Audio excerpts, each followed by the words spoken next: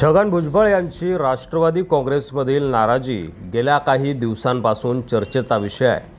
अजित पवार यांच्यावर टीका करूनही पक्षाकडून कोणताही प्रतिसाद न मिळाल्याने भुजबळ यांनी मोठा निर्णय घेण्याची तयारी केली आहे असं बोललं जातं आहे। ते ओबीसी नेत्यांशी चर्चा करून शरद पवार गटात सामील होणं, भाजपमध्ये जाणं किंवा स्वतःचं ओबीसी संघटन तयार करणं या पर्यायावर विचार करत आहेत आणि त्यामुळे महाराष्ट्राच्या राजकारणात मोठा भूकंप होण्याची शक्यता वर्तवली जाते आहे। अजित पवार डोईजड होऊ नये म्हणून आणि अजित पवार येत्या काळात मुख्यमंत्री पदाच्या मार्गातील काटा ठरू नये म्हणून फडणवीस देखील भुजबळ यांना भाजपमध्ये घेऊन मोठं मंत्रिपद देऊ शकतात अशी देखील चर्चा गावखेड्यात व राजकीय वर्तुळात आहे। छगन भुजबळ यांनी पक्षातील 3 बड्या नेत्यांवर आरोपांची राळ उडवल्यानंतरही राष्ट्रवादीचा एकही नेता भुजबळ यांची समजूत घालण्यासाठी आलेला नाही। अजित पवारांशी चर्चा करण्याची मला गरज वाटत नाही असं भुजबळ एकीकडे म्हणाले आहेत, तर दुसरीकडे देवेंद्र फडणवीस भुजबळ यांच्याबद्दल बोलताना सॉफ्ट कॉर्नर ठेवून आहेत। भुजबळ आणि फडणवीस यांची भेट देखील मधल्या काळात चर्चेचा विषय ठरली होती। भुजबळ आज मुंबईत येणार असून 2 दिवस समर्थकांशी चर्चा करूनच ते पुढील निर्णय घेणार आहेत। त्यामुळे अजित पवार यांच्या नेतृत्वातील राष्ट्रवादीत मोठा राजकीय भूकंप होण्याची शक्यता वर्तवली जाते आहे। नाशिकमध्ये भुजबळ यांनी समता परिषदेच्या कार्यकर्त्यांशी संवाद साधला होता।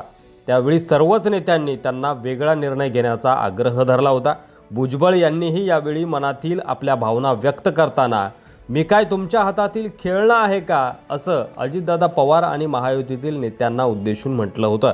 जरांगे यांच्याशी वैर पत्करून मराठा समाजाला भुजबळ यांनी थेट अंगावर घेतलं। ओबीसींची एकाकी झुंज विधानसभा निवडणुकीत भुजबळांनी लढवली व महायुतीला ओबीसींचा मोठा फायदा या निवडणुकीत झाला।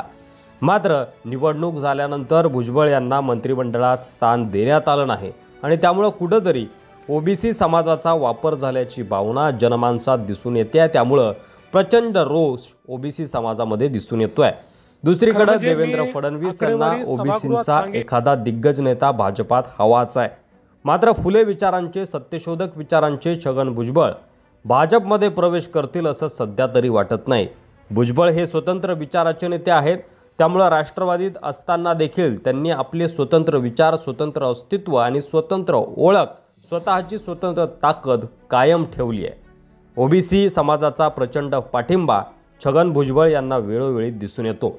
दरम्यान राष्ट्रवादी शरद पवार गटाचे खासदार निलेश लंके यांनी देखील छगन भुजबळ यांना शरद पवार गटात येण्याचं आव्हान दिलंय। छगन भुजबळ हे तळागाळातून आलेलं नेतृत्व आहे, मात्र त्यांना मंत्रिपदापासून डावलून त्यांच्यावर अन्याय करण्यात आलाय। त्यामुळे भुजबळ जर आमच्याकडे आले तर आम्ही स्वागतच करू अशी प्रतिक्रिया निलेश लंके यांनी दिली आहे।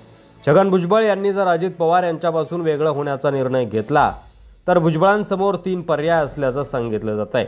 एक म्हणजे शरद पवार गटात प्रवेश करणं, दुसरं म्हणजे भाजपमध्ये प्रवेश करणं आणि तिसरं म्हणजे ओबीसींचं देशव्यापी संघटन उभं करणं। त्यामुळे भुजबळ कोणता पर्याय निवडतात याकडे सध्या संपूर्ण देशाचं लक्ष लागून आहे, ओबीसी समाजाचं लक्ष लागून आहे। भुजबळ यांनी काय निर्णय घ्यावा असं तुम्हाला वाटतं कमेंट बॉक्समध्ये आम्हाला नक्की सांगा। व्हिडिओ जर आवडला असेल तर जास्तीत जास्त शेअर करा, चॅनलवर नवीन असाल तर सबस्क्राईब करा।